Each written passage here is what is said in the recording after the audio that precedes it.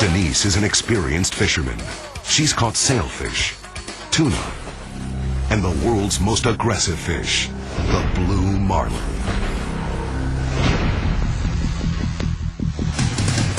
On the last day of her trip, Denise's friend Mike hooked a blue marlin.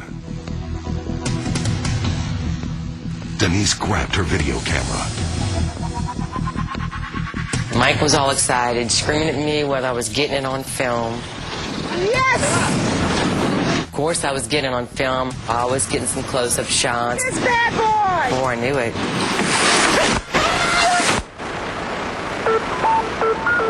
I heard Denise scream. The marlin quickly removed itself from Denise's body. And that's when I saw Denise. Denise was holding her arm. I bent down and I realized that the bill went through her arm. But then she started complaining right at that moment that she couldn't breathe. So I knew that there was some other problems involved there. Normally used to stun its prey, the marlin's razor-sharp bill had rammed through Denise's arm, then through her chest, and out the other side.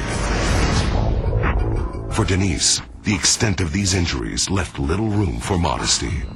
I remember Mike standing over me, and he's like, I'm going to have to pull down your shirt and look at your breasts. I don't want to, but I'm going to have to.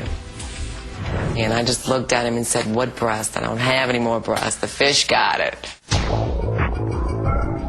And I noticed that her breast just did not look right. What Mike didn't know was that until that point, his friend had had breast implants.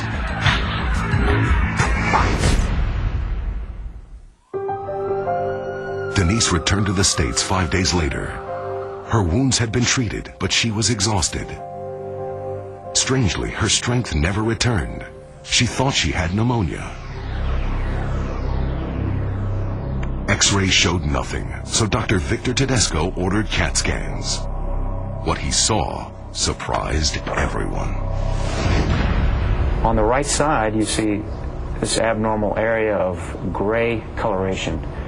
That is the silicone gel that is in the chest that's floating free. Obviously, on the left side, we don't see any of that. As it turned out, when the marlin attacked, it punctured Denise's silicone implant, then forced it between her ribs and into her chest cavity before it slipped back out into the water. The implant and the silicone remained in her chest. It all had to be removed. For this procedure, we're able to make a small incision and insert a lighted camera into the chest cavity. We were able to get the implant bag out simply by grasping it and pulling it through some of our smaller incisions. It was able to be sort of folded up and removed very easily. As he removed the silicone and the implant, which was cleansed by the bloodless environment of the thoracic cavity, Dr. Tedesco discovered how close Denise had come to dying.